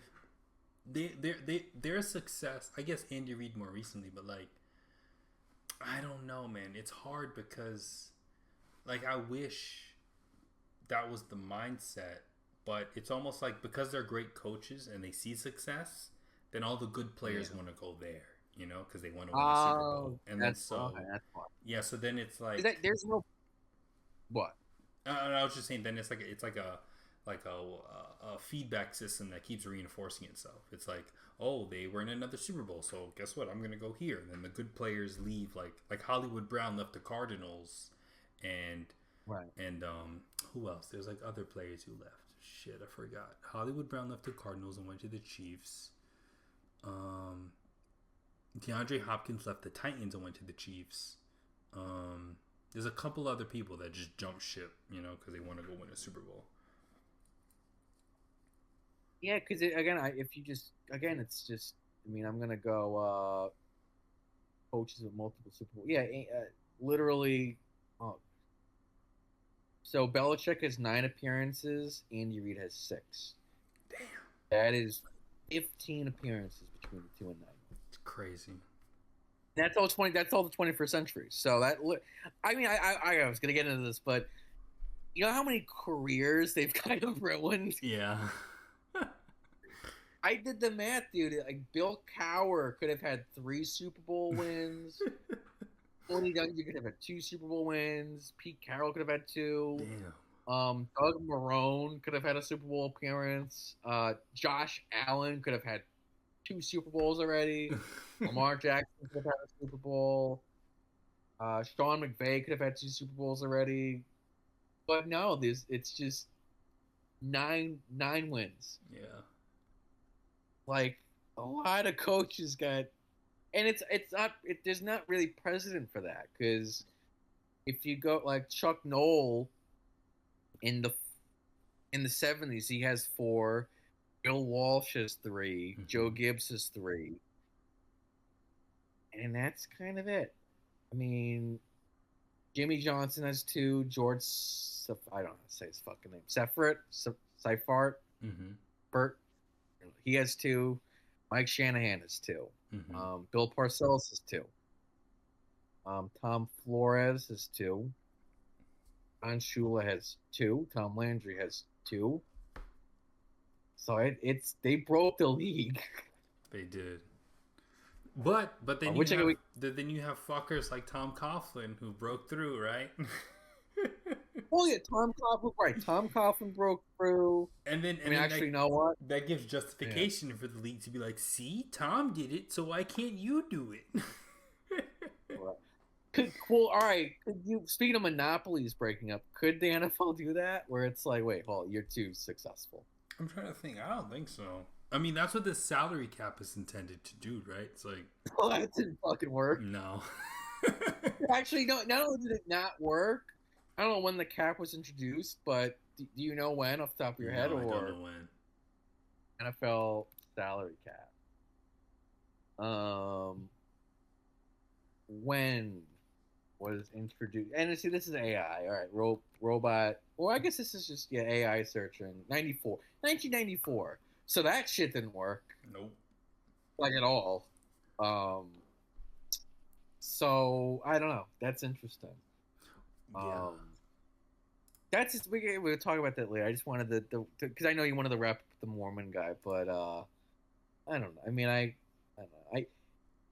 The one thing I'll say with Destiny and the Institutionalists, and I do appreciate their appeal to not being insane. Mm-hmm. I think it's a good thing that of all the people likely to stab people, it's not going to be them. Yeah. Like, I mean, here's the thing with okay, one last thing with Destiny. When he says stuff like, "I'm glad these people are getting shot," is that a joke, or is he actually totally being like, "Yeah, I don't give a fuck"? Wait, say again. What did he say? Well, he'll say stuff like, "I'm glad that guy, like a firefighter, was shot at the Trump rally," or stuff like that. Is that trolling, or is that? No, he said. What I'm trying to think about exactly what he said. He said something along the lines of, he was like, if you go to a Trump rally, you got to be prepared for that kind of shit to happen. I think he said something like that. He was like, yeah, he did. Like, fuck around and find out with the firefighter guy. And then for Charlie Kirk, his main issue is like he's refusing to disavow until Trump disavows. All the and that's its own. I mean, that's its own. Which actually, so speaking of Citizen Kane for Friday, mm-hmm. I do, because that's the big topic. I think that's one of the big Americans, because Citizen Kane is the big American story. It's about America. Mm-hmm. And again, that's an ambition of my own, and that to me is one of them. I'm trying to write my own Citizen Kane, but that's the story that tells, which is like, all right, how did that happen? Because another big story is Jay Jones, the guy who said, which I mean, that's its own. We could get into that, but that's why. Like, he's like, I hope Republicans get shot. And he said, I'm sorry, but then he didn't drop out. So it's like, well, are you sorry? And I get if he's not, actually. I do get if he's not actually that sorry, you know? Mm-hmm. Yeah, I think that's it. Yeah, damn. 2 out. Let me just check the Seahawks score, I think. Did you see any of the both games? No, these games kind of suck. Yeah, I didn't watch any. Well, you didn't miss much. All right. Yeah, damn, full episode. Because the full episode means I have to put the music. Yeah. If it was just 30 minutes, I was just gonna upload as one of like the best of clips. But we gotta figure out a way. There's gotta be a way, because like Kick, the streaming service Kick, they will save our streams. So I don't know, like we can watch them again. I don't know if we can, like, we don't have to upload to YouTube, because we're running in that. First of all, let's say bye. Let's say bye to everyone. I like this. Yeah. Well, all right. We got to. Yeah. This is in the house. This is not for you. Third person in the room. Third person. Just cover your ears. For your ears, you're getting music to play you out. This is one of your tracks. I gotta check. 'Cause I still gotta upload. I have 4 episodes done. Now I gotta finish editing them and stuff. So one of your songs is playing right now, in fact. And that's gonna play us out. And you're not invited to the after party or the nuts and bolts party. So on that note, have a good night, third person. I'll talk to you later. 3 years I've been bodying shit. I promise you peasants ain't on my level. It's about time to ice out my bezel. Lately my money been extra special. Never catch me talking to the devil. I am a god. You feel goosebumps through the bass and treble. You must have forgot. I'm pure gold, you was just a speckle. I stay with the clan, we a squad of rebels. Push me to the edge and we gon' have to get you. You might be hot right now, but I ain't worried, they'll soon forget you. Cause me and Metas got the cleanest features. They see us eating and they feed for pieces.